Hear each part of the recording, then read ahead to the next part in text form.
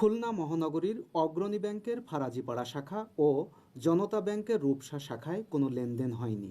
বুধবার সকাল 11টা থেকে বিকাল 3টা পর্যন্ত এই চিত্র দেখা গেছে বিভিন্ন ব্যাংকের ছোট ব্রাঞ্চগুলোতে। সেবা না পাওয়া গ্রাহকরা দেখিয়েছেন ক্ষুব্ধ প্রতিক্রিয়া।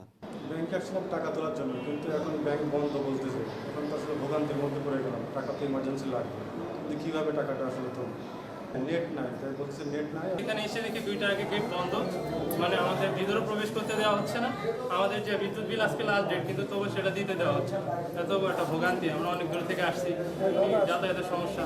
আমরা এখানে অ্যাক্সেস মাত্র আসলাম, কিন্তু বাট ওরা বলতেছে যে ভিতরে অ্যাক্সেস করা যাচ্ছে না, টাকা লেনদেন করা যাবে না, গেট বন্ধ করে দিয়েছে। কথা বলার আগে চলে গেছে। আমরা ব্যাংকে আসলাম, এখন দেখা যাচ্ছে বলতেছে হলো সার্ভারের সমস্যা। বিদ্যুৎ বিল দিতে আসছিলাম, আজকে লাস্ট ডেট 24 লাস্ট ডেট, তাই এসে বলতেছে যে 1টা পর্যন্ত সময় আসতে, তারপরে নেবে না বিদ্যুৎ বিল। আমরা অনেকেই ফেরত গেছি। ইন্টারনেট সংযোগ বন্ধ থাকায় ব্যাংকাররাও হতাশ।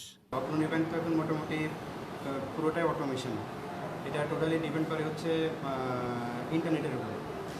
তো ঘটনা হচ্ছে যে সারা দেশব্যাপী তো ইন্টারনেটের সমস্যা, এবং সীমিত পরিসরে আমরা খবর থেকে যেটা জানছি যে সীমিত পরিসরে ইন্টারনেট চালু থাকবে। তো আমরা 11টার আগেই ব্যাংকে আসছি, এসে নেট চালু করার জন্য আমরা চেষ্টা করছি, কিন্তু আসলে আমরা লোকালি আমাদের সাথে 2টা কোম্পানি যে আমরা কানেক্ট করি, একটা হচ্ছে মেট্রোনেট আর একটা হচ্ছে বাংলাফোন।